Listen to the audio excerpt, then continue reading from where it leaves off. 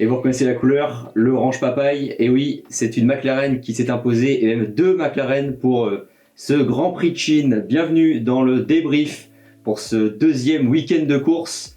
Un Grand Prix de Chine qui nous a surpris en bien, en moins bien. On va en discuter. Et aujourd'hui, je reçois Jules. Bonjour Jules. Eh ben, salut à tous, c'est un plaisir d'être là, merci pour l'invitation. Merci à toi. Ça fait pas mal d'années qu'on se connaît. Tu suis la Formule 1, t'as arrêté, mais depuis en fait assez longtemps. Et là, du coup, c'est super cool de pouvoir se voir et discuter ensemble de notre passion maintenant pour la Formule 1. Ouais, grave, bah ça faisait, ouais, je regardais quand j'étais petit avec mon père. Après, j'ai arrêté un petit peu de temps, parce qu'après, c'est passé sur Canal, j'avais pas l'abonnement. Ouais. Et là, maintenant, ouais, ça fait un petit 4-5 ans, je me suis vraiment remis dedans. Et c'est vrai qu'avec tout ce qu'il y a à voir en ce moment, c'est bien sympa de s'y être remis. Bah finalement, depuis qu'on s'est un peu quitté des études, parce que pour l'anecdote, on s'est connus justement dans nos études, donc un peu vers la fin, peut-être que je t'ai donné envie en fait de re-suivre la F1, peut-être quand on était à l'époque en études.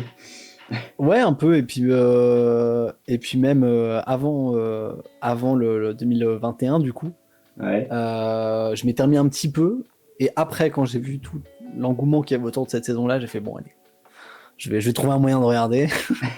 et du coup, non, pas déçu de m'y être remis, pas déçu du tout.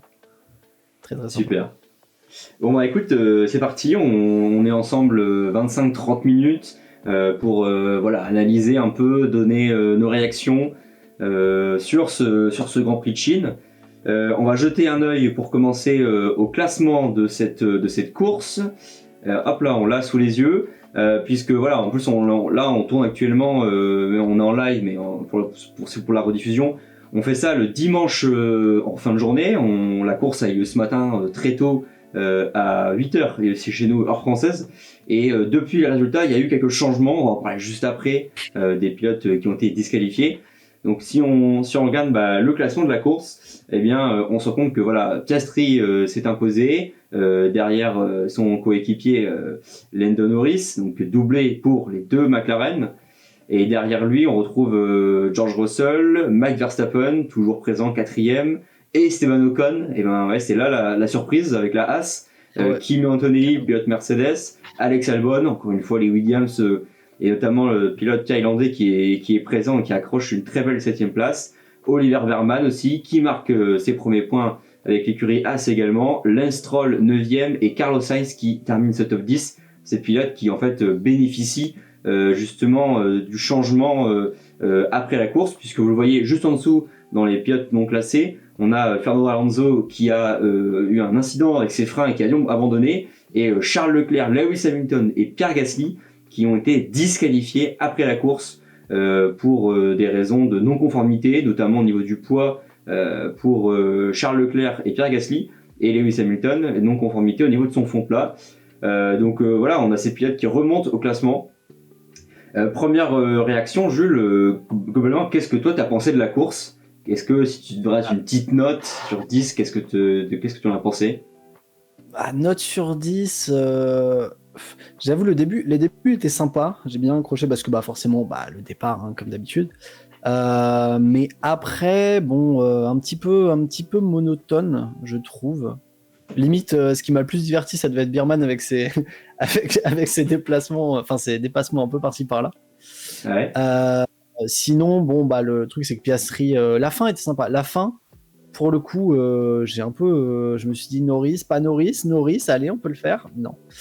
Mais finalement non, avec ses freins, donc c'était sympa, mais j'ai pas été autant à fond que pour l'Australie, qui pour le coup était un GP de fou, je trouve. Okay.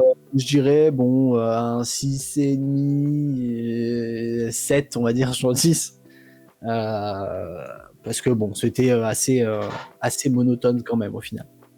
Mm-hmm. Ouais, je te rejoins. On a eu une première manche d'ouverture qui était un peu particulière aussi avec les conditions.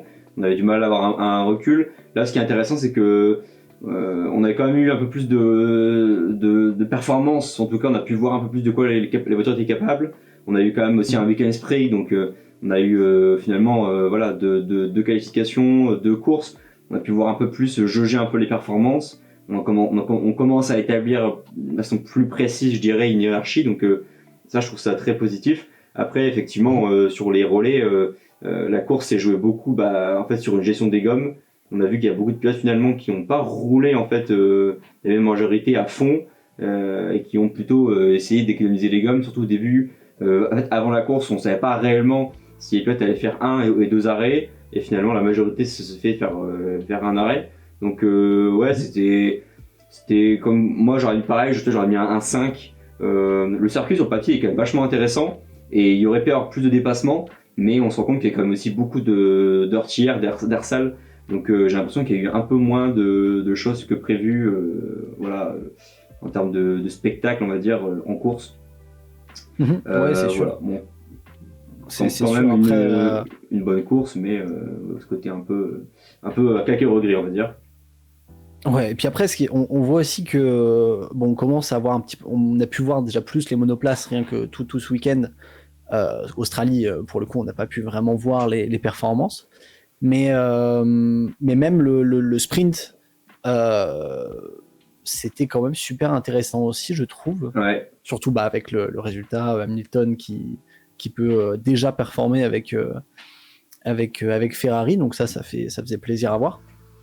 Ouais, Et c'est par contre, incroyable d'ailleurs. le GP, ouais, ben oui, en plus, c'est tout un symbole, quoi. Et puis surtout que la semaine d'avant en Australie, tout le monde était en mode bon, il faut lui laisser du temps, nouvel ingénieur, nouvelle voiture, tout ça. On a Fred Vasseur après qui dit non, moi je veux des résultats tout de suite. Et du coup, sprint, Hamilton, Paul, et il remporte le sprint. Donc j'ai trouvé ça top. Après, bon, le GP, honnêtement, j'en attendais pas autant quand même. Je voyais pas déjà Hamilton regagner le GP. Et puis on voit aussi qu'en fait sur les longues distances, on voit que tout le monde connaît pas encore vraiment bien ses voitures, etc. On voit Leclerc qui fonctionne mieux avec un aileron cassé. ça j'ai trouvé ça quand même incroyable. Ouais. On va justement tout à l'heure quand on parlera des Ferrari, mais ouais, il sauve un peu les cassés. Ça c'était vachement bien. Après Albon aussi, au niveau, on parlait des pneumatiques tout à l'heure, Albon qui tient ses pneus sur une distance phénoménale aussi. Je crois que c'est Stroll aussi. C'est le dernier de toute façon à faire. Stroll, ouais, c'est vrai. Stroll, bon après Stroll, très roulé en hard. Je sais plus d'ailleurs, il est dans les points, 9ème. Ouais, c'est ça. Mais Stroll, ouais, qui devait porter Aston Martin tout seul, hein, après le deuxième DNF d'Alonso en 2 courses. Ouais. Un peu mal au cœur, moi, mais bon. Ouais, c'est dur, c'est dur. On sent que. On sent que c'est compliqué là. Aston, ouais, j'ai du mal à savoir. Après, honnêtement, je pense que ce sera une saison qui sera peut-être, je vais pas dire sacrifiée, mais on repart sur les mêmes.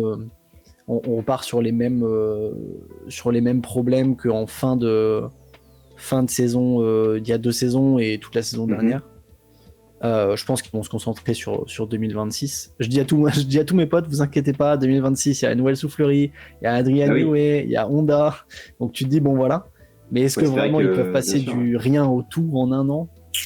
Je sais pas. Ça c'est à voir. Et on sent que c'est après c'est tellement, tu l'as dit, la réglementation est tellement large au niveau aéromoteur que en fait il va y avoir vraiment des changements, des écuries qui ont bien bossé, bon on sait pas, mais sur papier en tout cas t'as raison, ils ont des infrastructures, ils ont des hommes pour les aider, donc ça va être intéressant en tout cas à voir. Écoute, je te propose qu'on commence avec le premier point que je voulais qu'on aborde, c'est de parler de McLaren, puisque les pilotes McLaren, tac, on repasse sur la bonne scène, les pilotes McLaren donc, qui terminent 1 et 2.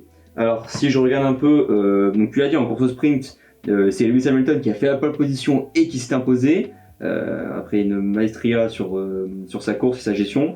Néanmoins Piastri il termine 2ème la course au sprint. Norris qui a fait une petite erreur quand même en qualification sur le secteur 3, qui s'est qualifié 7ème et qui termine 8ème.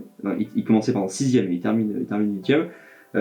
Et c'est là où la bonne surprise, puisque en qualification pour la course longue, on savait que le rythme de McLaren il avait montré un peu sur le sec déjà en Australie et des essais. mais ça s'est confirmé puisque là cette fois-ci, du coup, double pole position d'Oscar Piastri, le pilote australien, première pole position d'ailleurs en carrière, et derrière Lando Norris avec un écart qui est de 2-3 dixièmes, donc on est encore sur cette petite avance qu'on avait déjà pu voir aussi en Australie, mais qui n'est pas, je trouve, non plus énorme par rapport à d'autres années. Il va falloir voir. Et en tout cas, sur la course, on a vu une gestion, notamment donc, pour Piastri, sa 3e victoire en carrière quand même, après sa victoire l'année dernière en Hongrie et à Bakou en Azerbaïdjan. C'est son 11e podium, et c'est aussi le 50e, j'avais noté le 50e podium pour McLaren. Et donc Piastri qui remporte cette course, qui fait une gestion optimale de son week-end pour ce qui est de la course longue, et Norris aussi qui partait 3e, qui réussit à doubler George Russell et qui termine 2e. Gros week-end en termes de points au niveau comptable, McLaren qui prend le lead. Qu'est-ce qu'il faut en penser? Moi, il y a un point qui va, et je pense que toi aussi, qui va par sûr évidemment, ça va être les deux pilotes entre Oscar Piastri et Lando Norris. Quel est ton point de vue et qu'est-ce que tu as pensé un peu de ces McLaren? Honnêtement, je pense que le combat de l'année, ce sera entre Piastri et Norris. Ce qu'il y a, c'est que je trouve que Norris, il a quand même déjà beaucoup plus d'expérience que Piastri, parce que Piastri, c'est sa 4e saison, maintenant 3e, oui c'est vrai, ouais. 3e saison, et quand on voit le niveau qu'il aligne, Paul qui garde, je veux dire, il a une gestion quand même qui est quand même incroyable. On se rappelle même Monaco l'an dernier, où il est derrière Leclerc, mais il a quand même géré sa course du début à la fin. Là ici, il a un week-end qui est quand même incroyable, où il fait 2e sur le sprint, into pole sur le GP et victoire sur le GP. On sent qu'il est je trouve, plus régulier que Norris. La semaine dernière sur l'Australie, c'était plus compliqué parce que il y a son erreur qui fait qu'il perd complètement sa position. Mais je pense que sans ça, encore la semaine dernière, il retapait au minimum un podium. Et je sais pas, je le sens plus régulier que Norris. Et je trouve que même sur ses dépassements, etc., il est super audacieux. Et c'est pour ça que Norris, je sais pas si il peut vraiment garder cette place, je vais dire, dominer le championnat comme on l'aurait pensé en fin d'année dernière, ou même là en voyant les perfs de McLaren depuis la semaine dernière. Donc je pense que les deux ce sera l'un des plus gros combats de l'année. Après oui, il y a beaucoup avec les autres écuries, on voit que Verstappen, même si la semaine dernière il arrive à avoir un très très bon positionnement, parce que sous la pluie il a été incroyable, et puis Red Bull ont fait des bons choix. Mais là, sur une course sèche où il n'y a pas de safety car, où il n'y a pas vraiment de problème, on le retrouve 5e. Enfin là, du coup, avec le classement qui a changé un peu, mais on le retrouve 5e. C'est compliqué. Hein. C'est compliqué. 4e, pour être précis. 4e. Ouais. 1, 2, 3. Ah oui, forcément, vu qu'il n'y a plus. Mais en termes de classement, par contre, en termes de classement pilote, il est, je crois qu'il est 2e ou 3e. Encore. Il y a Norris, Piastri a perdu beaucoup de points en Australie, donc il me semble qu'il est toujours 2e. Ça joue pas très loin, mais il est dans le match, pour l'instant il tient le. Ouais, pas large, parce que là j'ai les points. Piastri 34, Russell 35, Verstappen 36 et Norris 44. Donc, c'est très serré avec Russell aussi, mais ouais. Ouais, forcément. Russell qui est une bonne surprise aussi. Hein. Je pensais pas que les Mercedes auraient des aussi bonnes perfs déjà dès le début de l'année comme ça. Donc pareil, après ça peut être un. Oui, clairement. Après ça peut être aussi un élément. Honnêtement, Russell, c'est pas un mauvais pilote. Il y a eu quand même beaucoup de fois où il était dans les bonnes positions. Donc à voir comment il va évoluer.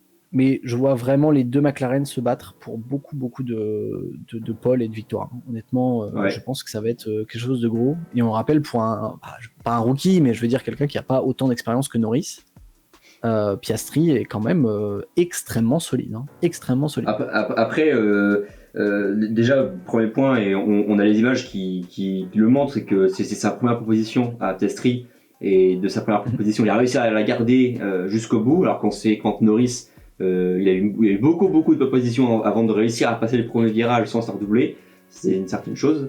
Moi, Piastri, j'attends quand même, t'as raison, ça reste un jeune pilote, mais c'est quand même justement sa 3e saison, donc on attend que maintenant il soit beaucoup plus à la hauteur, en tout cas beaucoup plus proche que Norris. Et l'année dernière, moi j'ai trouvé qu'il y avait beaucoup d'irrégularités, notamment en fin de saison où il y a eu des week-ends complètement loupés pour Oscar Piastri, même si globalement en termes de points il est très proche, il manquait encore quelques régularités, même si Norris aussi avait des erreurs.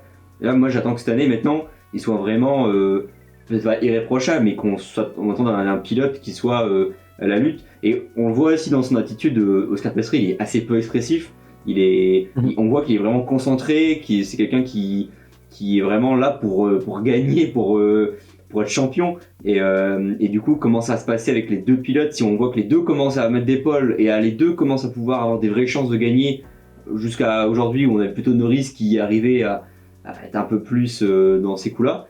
Donc ça va être toute la lutte de la saison. Et après, est-ce que aussi la voiture va être tout le temps performante, ou est-ce qu'il va y avoir encore plus un nivellement des autres écuries, pourquoi pas de la Mercedes avec Russell, peut-être de Ferrari sur plus tard. On sait aussi d'un circuit à l'autre, ça va peut-être changer en fonction des configurations, de plein de choses. Oui, bien sûr. En tout cas, voilà, c'est une voiture aussi qui est assez pointue à conduire. Et ce week-end, notamment en course au sprint, il y avait du vent, et j'avais un peu lu que c'était aussi quelque chose que la McLaren n'aimait pas du tout, le vent. Donc, ouais, et puis en plus, l'aéro, là c'est l'un des gros sujets aussi du début d'année, hein, l'aéro, entre ce qui est autorisé, ce qui est pas autorisé, les différentes écuries, comment elles sont pensées et réfléchies quand il y a du vent, c'est quand même un gros sujet. Et c'est vrai que là on est dans une écurie où pour le coup les deux pilotes, enfin pour moi je pense, se valent. Et c'est justement des situations compliquées parce qu'on regarde, quand on regarde une écurie comme, je sais pas, on va prendre Aston Martin, on a un Alonso et un Stroll. Bon, on sait que le pilote principal ce sera un Alonso. On a un Verstappen et Lawson. Bon, bah là pour le coup, on en reparlera après, mais voilà. On sait qui est le pilote principal. Et là, on se retrouve dans un cas où, logiquement, on se dit Norris pilote principal et Piastri est là pour, on va dire, mettre quelques points et pour autant pas empiéter sur Norris. Et là, on voit que les deux pilotes se valent. Et là, c'est compliqué parce qu'on voit que l'an dernier, sur certains GP, les deux se battaient. Et fallait faire un choix sur est-ce qu'on fait passer Piastri qui est plus rapide, est-ce qu'on favorise Norris qui est plus proche de gagner le championnat. Et on avait vu que dans des cas comme ça, McLaren, les décisions n'étaient pas forcément bonnes. Donc là, à voir comment ça va se passer cette année. Si vraiment il commence à venir se monter dessus pour les points, pour les poles, pour les victoires, etc.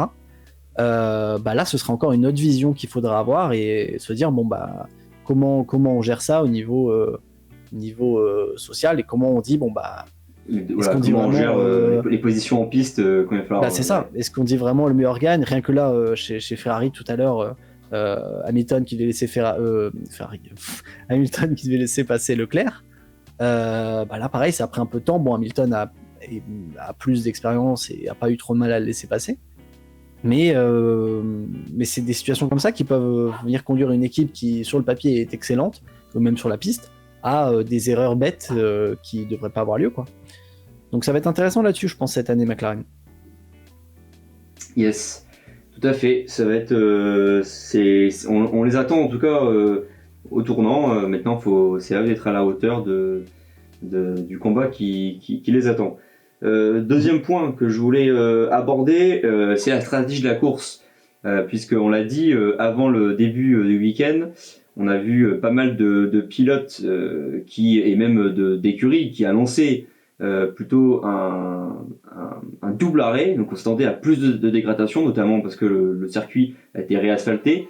Et on s'est rendu compte finalement assez rapidement que en fait la dégradation était un peu moins présente que ce qu'on a pu voir, notamment par exemple en sprint. Et donc on a eu un seul arrêt pour beaucoup de pilotes. Il y a quelques pilotes qui ont eu l'audace de tenter un double arrêt et on a vu que ça s'est beaucoup moins passé. Et notamment, j'avais noté, on a Lewis Hamilton quand même qui a essayé de s'arrêter et qui n'a pas réussi à remonter son coéquipier, même s'il a eu un énorme rythme en fin de deuxième relais. Mais on a par exemple Isaac Hadjar qui était très bien placé en qualification, qui partait 7ème, et puis aussi Yuki Tsunoda qui partait 9ème, qui ont fait ce double arrêt, et on s'est rendu compte que en fait c'était pas du tout la stratégie. Donc c'était intéressant, je trouvais, de voir que voilà, on a beaucoup préparé des choses en amont, et on sait que les écuries ils ont des énormes salles où tout un tas de staff de l'écurie travaille sur en temps réel les stratégies, et que finalement ça a été un peu... En fait, ça n'a pas finalement chamboulé grand chose, parce que quand on voit le classement en majorité, c'est resté sur le haut du panier, c'est resté assez proche. Mais je trouvais ça intéressant, et on voit aussi ceux qui font les erreurs oui. des arrêts au centre. Bah, c'est sûr. Après, c'est les premiers GP, donc forcément, faut tester en conditions de course. Hein, mais quand on voit des Albon, Stroll qui font les premiers arrêts très tard dans la course, et après on a derrière des pilotes chez Ferrari comme Hamilton, Isaac Hadjar qui font un double arrêt. On voit qu'en fait c'est vraiment pas encore rodé là-dessus. Donc forcément ça va s'améliorer. On aura une meilleure vision de tout ça au fur et à mesure. Hein. C'est un début de saison, donc comme chaque année il faut voir ce qui se passe en conditions de course. Mais c'est vrai qu'on voit que on avait quand même des bonnes qualifications, que ce soit pour les Ferrari, on avait des bonnes qualifications pour Isaac Hadjar, et même pour Tsunoda, on avait des super bonnes qualifications qui en fait se sont retrouvées pas utilisées à cause de cette stratégie de double arrêt et des mauvais choix sur les pneumatiques.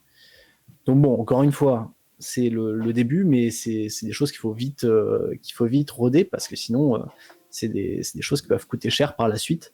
Donc j'espère pour le coup que ça va être vite vu, parce que par exemple on va prendre Hadjar, j'aurais très aimé qu'il puisse rentrer dans les points et marquer ses premiers points en F1. Ça aurait été vraiment vraiment beau. Mais bon, j'ai aucun doute sur le fait que ça va arriver très bientôt. Ça va arriver, ouais. Parce que encore aujourd'hui on a vu que c'était quand même un pilote qui était quand même très je vais pas dire expérimenté, pas expérimenté, mais qui était très force de décision, et on voit qu'il a un mindset de gagnant, quoi. On voit qu'il est pas là juste pour faire de la figuration et marquer quelques points, il est là vraiment pour donner son maximum, donc c'est vraiment bien de voir ça, quoi. C'est vraiment bien. Donc c'est pour ça, j'espère que les petites erreurs, que ce soit les pneumatiques ou les décisions comme ça, ce sera pas trop fréquent pour ce genre de pilote, parce que pour le coup sur circuit, il se donne vraiment, quoi. Ouais, on l'a vu même, c'est intéressant. C'est là où il a la niaque, parce que quand tu le vois après la qualification, il est presque déçu en disant « Ah, j'aurais pu en chercher encore », alors qu'il se classe 7ème et que il est déjà pour sa deuxième course, et c'est super. Mais on voit vraiment qu'il a envie de battre son coéquipier, de prouver sa place et montrer qu'il en veut. Et donc c'est sûr que c'est une attitude qui est hyper positive, et évidemment c'est frustrant. On a déjà eu l'Australie où c'était frustrant de pas le voir prendre son départ. Là il fait tout ce qu'il faut faire correctement, et finalement c'est indirectement, c'est pas vraiment de sa faute, parce que voilà, c'est une stratégie qui a été faite ainsi. Aussi un truc qu'ils auraient pu faire Racing Bull, c'est prioriser un des deux pilotes, parce que les deux pilotes étaient l'un derrière l'autre. On savait pas du tout comment les pneus allaient tenir, les pneus hard, personne ne les avait essayés. Pourquoi ils n'auraient pas tenté plutôt de dire on met un pilote sur deux en stratégie justement avec ces pneus durs, et le temps de les voir fonctionner, si ça fonctionne ou pas. Notamment Yuki, parce qu'il a beaucoup plus d'expérience, ou Isaac, n'importe, mais peut-être qu'ils auraient pu tenter cette stratégie de double arrêt sur un des deux pilotes au lieu de tenter sur les deux pilotes, parce que finalement ça n'a pas marché. Voilà. Ouais, clairement, je pense qu'il fallait faire une petite moyenne. C'est ça. Je pense qu'une petite moyenne aurait été vraiment bien.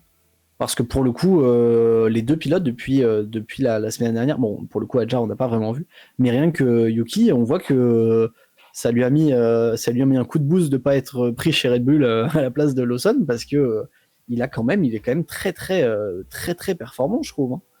Bon, la semaine dernière, ça s'est mal goupillé après pour lui. Mais on voit que comparé à l'année dernière, il est encore plus performant, je trouve. Alors, est-ce que c'est grâce à la voiture? Il fait un très bon début, c'est lui? Mais c'est ça, parce qu'on voit que la Racing Bull, elle n'est pas que jolie à regarder, mais elle est aussi efficace sur le circuit. Donc, elle a des bases, solides. Et ça, quand on voit les points qu'il y avait à mettre, effectivement. Ouais. Et puis j'avais noté aussi, on a quand même Pierre Gasly, pareil qui a été aussi disqualifié, mais qui terminait 11e quand même, grâce à cette stratégie à un Solaré, et qui a permis de remonter pas mal de places. Malheureusement qu'il a été disqualifié, mais voilà, je trouve ça intéressant aussi de le remarquer. On va passer, et bon, je pense que là c'est le point qui est un peu plus intéressant, il y a plus de choses à dire. C'est Ferrari. Où se situe Ferrari tout simplement dans la hiérarchie et face aussi aux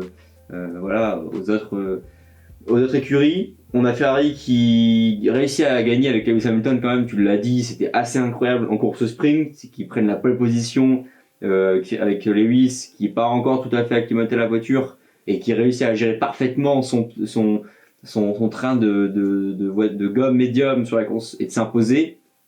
Et par contre un Charles Leclerc qui avait une attitude plus négative, un comportement on voyait où il n'était pas du tout à l'aise avec sa monoplace. Et en course on a eu une qualification, si on regarde bien ils sont pas très loin, ils sont à 4 dixièmes à peu près du détente de Piastri. Donc il y a vraiment ces petits détails à venir chercher, mais en tout cas en course c'était compliqué. Tu l'as dit, Charles Leclerc a eu un contact avec Lewis Hamilton au début de la course. Il y a son aileron avant qui s'est abîmé, il a perdu pas mal de points d'aérodynamisme, mais finalement il réussit quand même à la maintenir, et même il y a eu un échange de position, et finalement à la fin de la course sur des erreurs, on ne sait pas vraiment encore les raisons, normalement c'est dû à la quantité d'essence qu'ils doivent prélever dans les réservoirs, et qui fait que le poids n'est pas réglementaire pour Charles Leclerc, et Lewis Hamilton c'est le fond plat, je crois, qui est le fond plat qui n'est pas réglementaire en termes de distance minimum à respecter. Encore une fois, est-ce que c'est aussi une hauteur de caisse? C'est des erreurs en tout cas qui coûtent très cher, puisque ils marquent aucun point, et on voit que Williams se retrouve par exemple devant eux en termes de points au classement. Mais au niveau du classement, moi je pense que la voiture est quand même bonne, elle a quand même des choses intéressantes. Ferrari, on sait que quand ils ne réussissaient pas un week-end précédemment, même les années précédentes, des fois on les retrouvait facilement loin. Là on se rend compte que même un week-end moyen, ils se retrouvent finalement, on va dire sans la pénalité, 5e et 6e. Donc il y a quand même de l'espoir, mais en tout cas sur 2 courses, ça fait mal, puisque on voit que McLaren prend déjà de l'avance. Bah ouais, c'est ça. Et puis ce qu'il y a, c'est que là, j'ai peur aussi. Ce qu'il y a, c'est que Ferrari était très très attendu sur cette année, sur ce début d'année, parce que on a eu quand même une fin d'année l'an dernier qui était quand même relativement bonne. On a eu un Charles Leclerc qui avait encore les moyens d'être de jouer pour le titre quand même jusque tard dans la saison. Et là, on nous annonce Hamilton, donc forcément énorme truc. On a une promo qui est aussi énorme autour de Ferrari, on les voit partout. Il y a énormément de spéculations. Fred Vasseur qui derrière nous vend du rêve aussi. Donc en fait, on a une écurie, on se dit ça y est, ils vont jouer le titre. Ça y est, cette année, le nombre de fois où j'ai entendu Ferrari, je les vois jouer pour le titre cette année, je les vois jouer pour le titre. Et en fait, ah oui, les tifosi, les fameux. mais c'est compliqué. Là, c'est compliqué parce que, encore une fois, ce que je disais tout à l'heure entre Norris et Piastri, le faire des choix entre les pilotes, et là, j'ai bien peur que ça arrive aussi. Ce qu'il y a, c'est que Hamilton, on sait qu'il est venu chez Ferrari pour jouer le titre, pour jouer de la performance. Leclerc, ça fait maintenant plusieurs années qu'il est chez Ferrari et qu'il veut faire de la performance. Donc là, on se retrouve avec 2 pilotes qui en veulent. et une écurie qui est encore pas très stable sur plein de choses. On le voit encore ici avec la double disqualification. Le fond place, c'est déjà arrivé plusieurs fois pour Mercedes l'an dernier. Enfin, c'est des erreurs pour moi qui sont pas censées t'arriver quand tu t'appelles Ferrari enfin, pour moi, je trouve ça lunaire d'avoir d'avoir une écurie et une image comme ça et d'avoir un double disqualification parce que tu as mis trop d'essence ou parce que pour un problème de quantité d'essence et un fond plat. Je trouve ça dingue. Maintenant, j'espère vraiment que ça va changer et qu'on aura des belles batailles par la suite. Parce que si c'est sur des erreurs comme ça qui perdent des places au classement et des points bêtement comme ça, bah ce sera le plus grand, la plus grande déception, je pense, de la F1 depuis beaucoup d'années. Hein. Après, il faut encore un peu de temps. On l'a vu, Lewis, il n'est pas encore tout à fait à l'aise. Il a fait une énorme course sprint où on se dit ouais, c'est incroyable, on le voit gagner. Puis finalement, le lendemain, retour un peu à des conditions, il y a des choses plus compliquées un peu de ce qu'on a vu en Australie. Moi aussi, ce que j'ai vu, c'est que Charles Leclerc, finalement, il se retrouve dans une position un peu compliquée parce que si Lewis il performe dès le début, il arrive, on le voit même en qualification, ils sont très très proches. Donc c'est-à-dire que c'était l'inconnu, c'est de savoir est-ce que Lewis Hamilton dès le début, il va être dans le match et il va réussir à être à l'aise, ou est-ce qu'il va falloir une saison complète ou une demi-saison. Et naturellement, Charles Leclerc, c'est lui qui est le pilote numéro 1. Mais si Charles Leclerc il se fait rapidement devancer, il pourrait perdre un petit peu en confiance ou perdre aussi l'amour un peu pour des tifosi qu'ils ont à la base pour Charles Leclerc qui est le pilote numéro 1. Et si Lewis il est en train de prendre un peu cette médiatisation, on voit tous les caméras sont braquées sur lui. Donc faut pas non plus que Charles il retombe dans ses travers et que ça soit compliqué pour lui. Tu l'as dit l'année dernière, on l'a souligné, c'est qu'il a fait une super saison honnêtement. Il y a eu moins en moins d'erreurs et si la voiture était un peu plus compétitive, on imagine qu'il aurait peut-être encore plus se rapprocher. Donc encore une fois, il faut encore laisser du temps. J'avais déjà dit la semaine dernière, c'est que c'est encore le début de saison. Il y a 24 courses, donc rien n'est joué. L'année dernière, on se souvient par exemple de Barcelone et Canada 2024, là où il y avait eu 2 erreurs énormes. Ils avaient perdu beaucoup de points et ils avaient surmonté. Donc il va falloir voir maintenant. Je pense qu'ils vont apprendre. Ils vont avoir un retour qui va se faire là. Ils ont 15 jours. Et ils vont forcément aller de l'avant, comprendre certaines choses. La voiture, je pense qu'elle est bonne, elle est saine. Après, maintenant, il faut trouver le rythme de réglage. On sait qu'il y a eu aussi la règle du pare fermé qui était cassée, donc entre la sprint et la qualification pour la course, ils ont pu changer et on sait qu'ils ont changé beaucoup de choses, notamment Charles sur ce réglage. Donc il faut encore être patient. Moi je trouve qu'il faut pas être alarmiste entre guillemets et se dire Ferrari c'est compliqué, qu'on voit le classement et tout ça. Ça reste une énorme écurie, ils ont des gens derrière qui vont les aider et ils vont apprendre de ces erreurs et quand on voit comme là ça fait mal au cœur de voir autant de points partis à la trappe. Mais voilà, faut qu'ils travaillent maintenant. Pour moi, c'est ceux que je vais attendre le plus finalement pour le prochain Grand Prix. Ça va être Ferrari, ça va être de scorer parce que voilà, il faut qu'ils se lancent. En fait, la track position est hyper importante parce que finalement ils partent 5e et 6e et savent que c'est hyper serré en qualification et on voit que ça se joue à rien du tout. Et en fait, ils se retrouvent dans le trafic, dans l'air sale et ça les avantage pas. Donc voilà, il va falloir qu'ils retrouvent ce petit plus aussi en qualification pour se qualifier un peu plus haut. Mais vu que c'est tellement serré aussi et ça joue sur des détails que c'est plein de choses qui font. Et puis ce que j'aimerais aussi, c'est que après maintenant ça fait quand même un paquet d'années où c'est comme ça, mais j'aimerais qu'ils revoient aussi leur stratégie, hein. Parce que la stratégie Ferrari, mon Dieu, c'est hallucinant. Encore là tout à l'heure, la stratégie de 2 arrêts qui vient mettre en l'air Hamilton. Bon, au final, il serait fait disqualifier, mais sur le papier, ça et puis même les ingénieurs, je veux dire, rien qu'on le voit dans les discussions entre le pilote et l'ingénieur. Je veux dire, la semaine dernière, j'ai de l'eau dans mon baquet, ça doit être l'eau. Je suis pas ingénieur. Ouais, des radios tendus, ouais. Ah bah ouais, c'est ça. Et j'ai l'impression que des fois, ils prennent pas au sérieux les choses. Et même le nombre de fois sur les arrêts où il y a un problème, il n'y a pas de pneus, enfin, Oui, ça et je trouve ça hallucinant.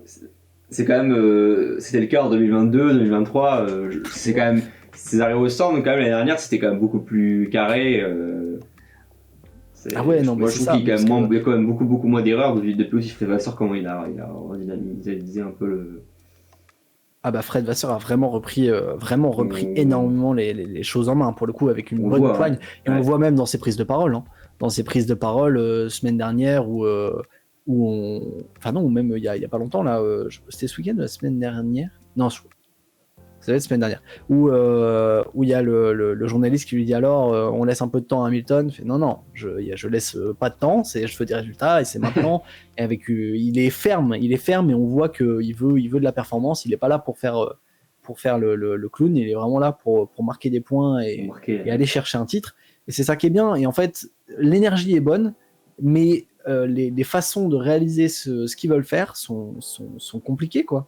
Et je sais pas, on a vraiment l'impression que c'est autant des fois ils ont comme là sur le sprint, c'était parfait du début à la fin, il y a rien à redire. Autant sur des petites choses, des fois on dit mais c'est incroyable de s'appeler Ferrari et de faire des choses comme ça. Donc en fait c'est sur les petits détails qui doivent faire vraiment, qui doivent changer, j'ai l'impression. Mais le problème c'est que ça fait déjà plusieurs années que c'est comme ça, quoi. Donc ça fait un peu peur. Là leur dernier championnat du monde, c'était quoi, 2007 8. Raikkonen.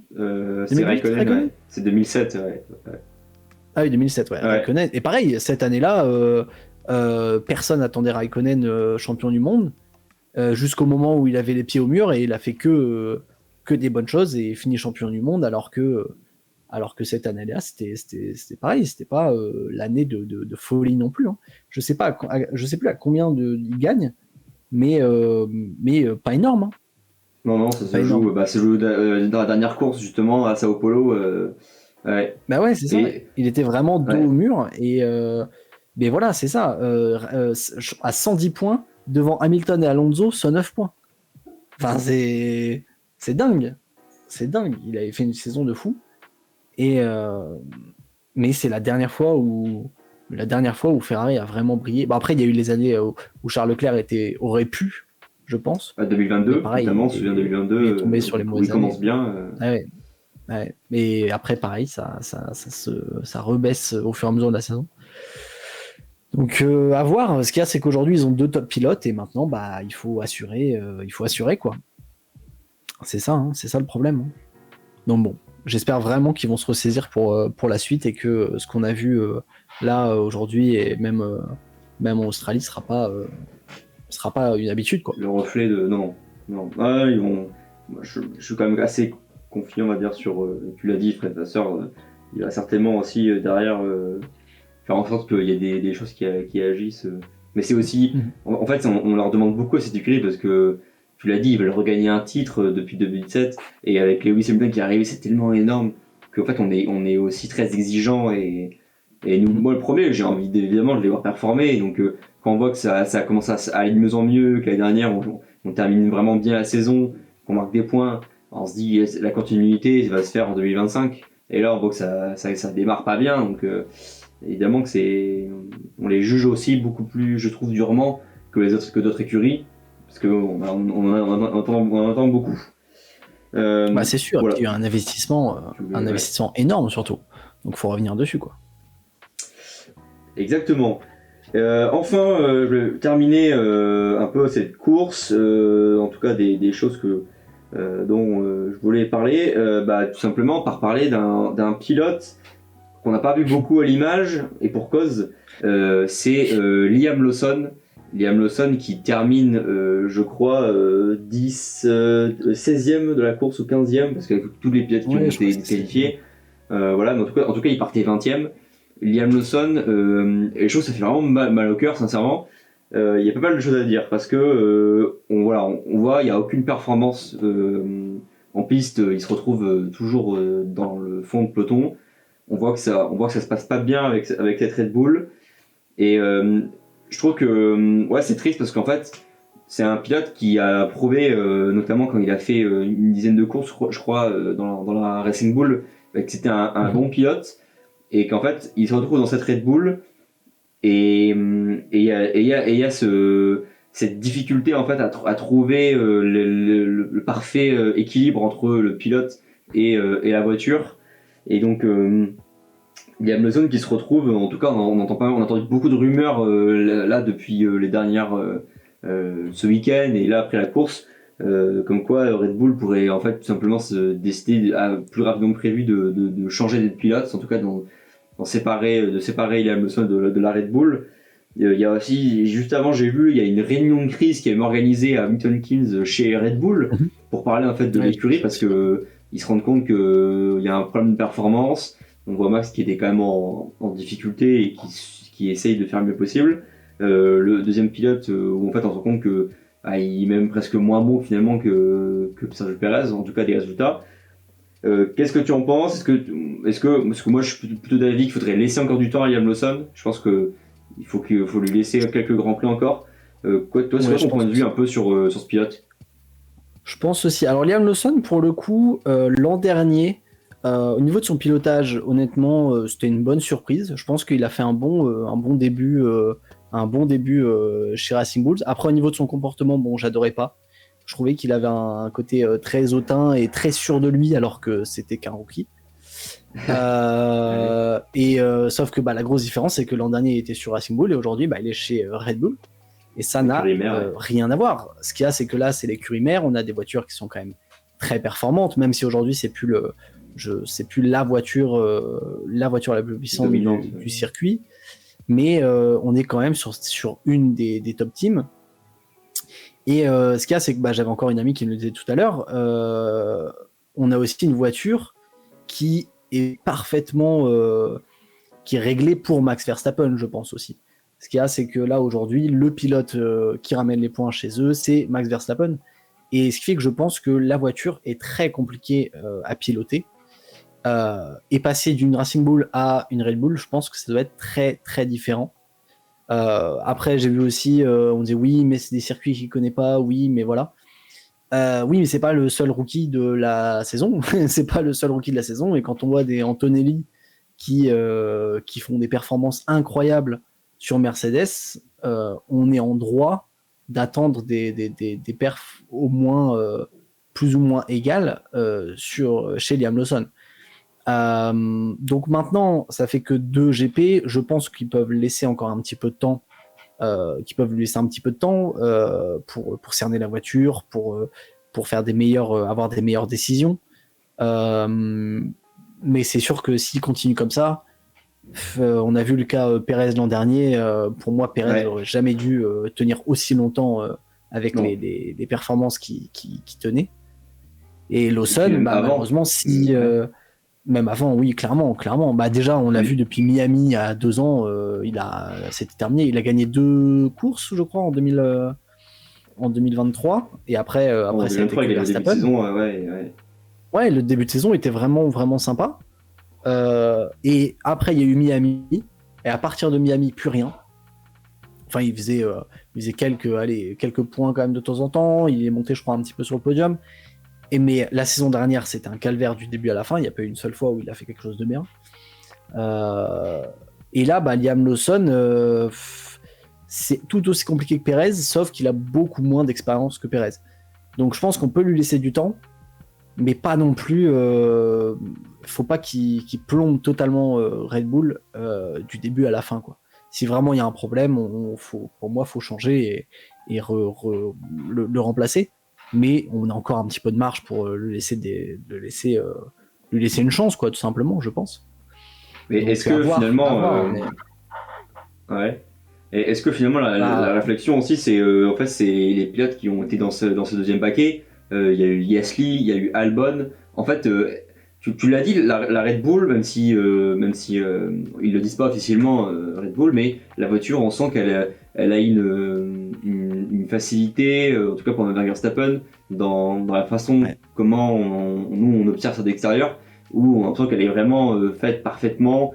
On sait qu'elle est très difficile aussi à conduire, mais ça s'est toujours bien passé. Et en fait, dès qu'il y a un pilote numéro 2 qui est arrivé, depuis Ricciardo finalement, qui était le dernier pilote qui avait fait des très bons résultats, on a ces pilotes qui arrivent pas et qui arrivent pas avec cette deuxième voiture. Et Pérez, il avait réussi au début, où il arrive en 2022, il réussit la première année, il gagne des courses, et après ça va plus.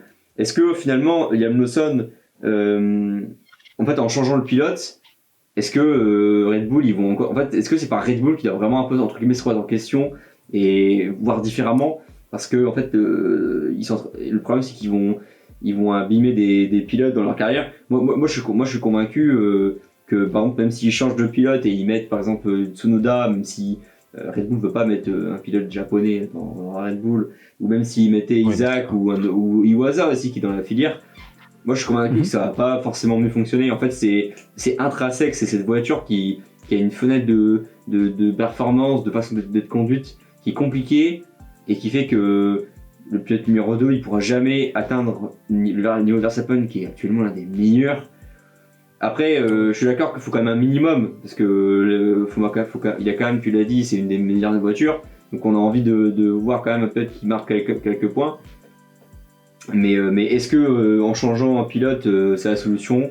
Malheureusement, je sais pas. Je pense qu'il faut encore laisser 3, 4, 5 courses, encore laisser un peu de temps. Alors si vraiment c'est encore catastrophique et qu'il n'y a aucun point, il y a que des zéros, bon, bah, ils diront qu'il faut changer. Mais est-ce que ça va changer pour eux ? C'est difficile. Cette voiture a l'air d'être aussi moins dominante évidemment que les années précédentes, donc la base est moins bonne. Donc, c'est difficile. Ouais, bien sûr. Et puis Red Bull aussi, ça a pas mal changé. Là, ça fait un an, je dirais une année, où il y a quand même beaucoup de personnels de chez Red Bull qui sont partis. Ouais, pas mal d'ingénieurs. On a eu Adrian Newey qui est parti aussi, qu'on attend chez Aston Martin d'ailleurs. À faire vendre défenseur Aston Martin ici, donc oui, je l'attends. Non, Jonathan Whitley aussi. Jonathan Whitley chez Audi. C'est vrai, oui. C'est vrai, ça pareil, j'attends de voir aussi l'arrivée des nouvelles choses les prochaines années. Mais c'est vrai qu'on a eu au niveau du personnel, il y a eu pas mal de choses qui ont changé chez Red Bull. Et en fait, c'est à partir de ce moment-là où on a commencé à voir que ça a évolué déjà beaucoup moins bien.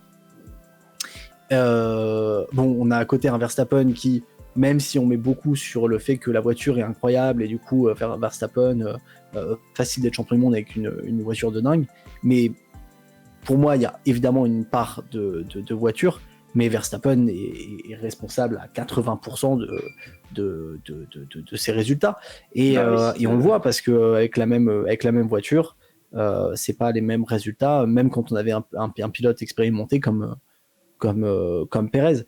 Donc Lawson arrive dans une écurie qui devrait pouvoir jouer le championnat du monde, mais c'est un rookie. Je veux dire, il a quand même une charge énorme sur les épaules, sur des circuits qu'il connaît pas forcément, avec une voiture qui est pas facile à conduire. On a un Helmut Marko derrière qui doit lui mettre bien la pression aussi. Je pense que sa place, elle est vraiment pas simple. Je pense qu'après, évidemment, ses performances font pas qu'on va aller le féliciter non plus. Mais je pense qu'il faut avoir aussi son point de vue et la situation dans laquelle il est et se dire que c'est loin d'être aussi simple que ce qu'on pourrait penser et même si on attend des résultats, il faut se dire aussi que voilà quoi, c'est un rookie qui arrive dans une top team et il faut s'y faire. Mais c'est comme ça. Ouais. Un rookie qui est le moins rookie des rookies entre guillemets parce que il a quand même fait une dizaine de courses dans la Racing Bull qui ont jamais roulé. Mais ouais, en tout cas, moi je trouve ça triste d'extérieur quand tu vois un pilote comme ça, un jeune qui arrive et comment en quelques jours, après tu l'as dit, on voit et Marco est très dur aussi avec ses pilotes, ils sont pas très patients chez Red Bull, donc c'est dommage de le voir. Alors, j'espère qu'il va en tout cas au moins rentrer dans les top 10 avec sa Red Bull, j'ose espérer dans les prochaines semaines. J'espère pour lui, parce que je pense que Red Bull n'ont pas de mal à faire. Autant pour Pérez, je pense qu'ils ont pris du temps avant de faire ce choix, parce que c'était Pérez et que c'était compliqué. Autant là, Lawson, je pense qu'ils n'auront aucun mal à lui dire allez, tu pars et on met quelqu'un d'autre. Maintenant, qui pour le remplacer, honnêtement, je vois pas. Enfin, je sais pas. En fait, ils n'ont plus de pilotes expérimentés. Ils n'ont plus de pilotes. Ouais, c'est ça. Pour le coup, un Ricciardo, ça aurait été pourquoi pas. On a toujours dit Ricciardo s'il arrive dans la voiture, qu'est-ce que ça va donner ? Pour le coup, on va jamais le savoir, mais parce que s'ils mettent un pilote jeune, c'est Ricciardo. pas facile. Ce qu'il y a, c'est que Ricciardo, je le trouvais très très bon quand il était chez Red Bull. Quand il est revenu En F1, Chez Renault, honnêtement, après il était chez Renault. oui, oui, chez Renault, oui, après, forcément. Mais quand il est revenu là les dernières années, bah en fait, j'étais quand même pas mal déçu. Bon, après, encore une fois, la voiture est pas aussi performante que la Red Bull qui conduisait avant, mais même au niveau de ses décisions et des choses qu'il donnait sur le circuit, j'étais pas des plus convaincus, quoi. Oui, Donc, enfin, il est ce qu'il y a, parti c'est que beaucoup Ricardo, ouais. bah ouais, je crois en pilotage et même en décision. Ce qu'il y a, c'est que Ricardo est quand même un pilote qui est quand même beaucoup aimé, qui est beaucoup apprécié par les fans de manière générale. Ouais, Kim Donc, Farber, ah oui, il a quand même une assez grosse fanbase. Donc bon, je pense qu'il y en a beaucoup qui aimeraient le revoir parce que bah voilà, c'est Ricardo, quoi. Maintenant, il y a aussi au-delà de la vision de performance, il y a aussi une vision affect pour les pilotes. On l'a encore vu tout à l'heure avec Antonelli qui est pilote du jour. Mais bon. Donc aujourd'hui, faire revenir un Pérez, je pense pas parce que ce serait encore une fois, je pense pas que Red Bull croit en Pérez et ce serait aussi admettre qu'ils ont eu tort de le faire partir. Et donc je pense pas que Red Bull soit prêt à faire ça. Faire changer un Tsunoda, le faire arriver chez Red Bull, est-ce que vraiment ça serait lui rendre service et est-ce que ça serait donner des points? Je pense pas non plus. bah, Donc, il est bien en tant que numéro 1 en fait chez Racing Bull. Ça oui. fait 4 ans ou 5 ans qu'il a Racing Bull. Il a pris il a eu par Gasly, il est devenu pilote numéro 1. Il est bien où il est, et puis on sait aussi que depuis que Honda a arrêté d'être motoriste pour Red Bull, on sait qu'il veut arrêter d'avoir cette filière de pilotes et que il a pas vraiment, Red Bull n'a pas forcément l'objectif de le faire monter. Donc ouais, c'est compliqué. Et puis moi j'ai pas envie de voir un peu, bah, Isaac Hadjar évidemment parce que on a envie de le performer, mais ça veut rien dire qu'il va être aussi lui à la hauteur. En fait, le problème c'est que s'il se retrouve dans une situation pareille et qu'il ne performe pas, ils vont le faire changer et ça pourrait lui causer du tort. Donc ouais, et puis même par rapport à lui-même, il aurait, en fait, déjà on le voit la semaine dernière quand il n'arrive pas à commencer le GP, quand on voit comment il s'est auto engueulé, enfin il s'est ouais, auto-flagellé, ouais, voilà. Je me dis, si on le met dans une Red Bull et qu'il n'arrive pas à performer, ce sera très mauvais pour sa carrière, alors que bah on l'a mis dans une mission suicide, quoi. Donc est-ce que pour moi t'as raison hein, quand tu dis que c'est Red Bull qui doit se remettre en question? Pour moi c'est totalement ça, hein. Je pense qu'ils doivent revoir tout d'abord quelles sont leurs priorités, et est-ce que vraiment maintenant je pense que de moins en moins cette année ça va être compliqué, honnêtement. Je pense jouer le classement pilote. Après peut-être hein, on verra bien en fonction des évolutions sur la voiture. En tout cas s'il y a un pilote comme ça, comme ils ont ouais. Donc est-ce qu'il ne devrait pas plutôt essayer de jouer surtout le constructeur et à côté avoir un pilote quand même d'exception qui est Max Verstappen, qui va essayer lui d'aller chercher son classement pilote? Parce que là j'ai l'impression qu'il n'y a vraiment que le pilote qui les intéresse maintenant. Donc c'est compliqué. Je pense vraiment que la monoplace est vraiment trop parfaite pour Verstappen, et à côté le deuxième pilote bah il fait avec ou il part, quoi. Et ça je trouve ça très très dur. Je trouve ça très dur. C'est dur. Vu les années, vu les années et tous les baquets qui sont enchaînés dans cette voiture, ouais. C'est pas facile. Ouais. Bon bah écoute, je pense qu'on a pas mal, on a fait le tour en tout cas des points que moi je souhaitais aborder. Tac, hop. Et donc bah on se donne rendez-vous dans 15 jours, le prochain Grand Prix, puisque c'est le Grand Prix du Japon, un super circuit quand même. J'ai hâte de voir ce que ça va donner. Ça, donc ça va être intéressant. Et écoute, moi je te remercie beaucoup Jules d'être venu, d'avoir pris le temps de discuter comme ça de façon chill sur la course. C'était hyper plaisant. Bah, merci à toi, c'est top de pouvoir parler de ça. Avec plaisir de pouvoir te réinviter évidemment dans d'autres débriefs. Et donc, comme je le disais, je suis toujours dans une phase d'apprentissage de ce live. Donc vous le voyez, il y a encore des choses qui vont évoluer. Et moi aussi, il faut que j'apprenne encore à tout gérer, que ce soit les synthés, les illustrations, les changements. Donc voilà, soyez indulgents, mais n'hésitez pas à faire des petits retours, en tout cas vous, par commentaire si vous passez par là et que ça vous a plu. Et merci donc Jules, et avec plaisir pour se retrouver une prochaine fois, évidemment pour faire un autre débrief. Totalement, Voilà. totalement, avec beaucoup de plaisir. Merci de m'avoir invité, c'était très cool.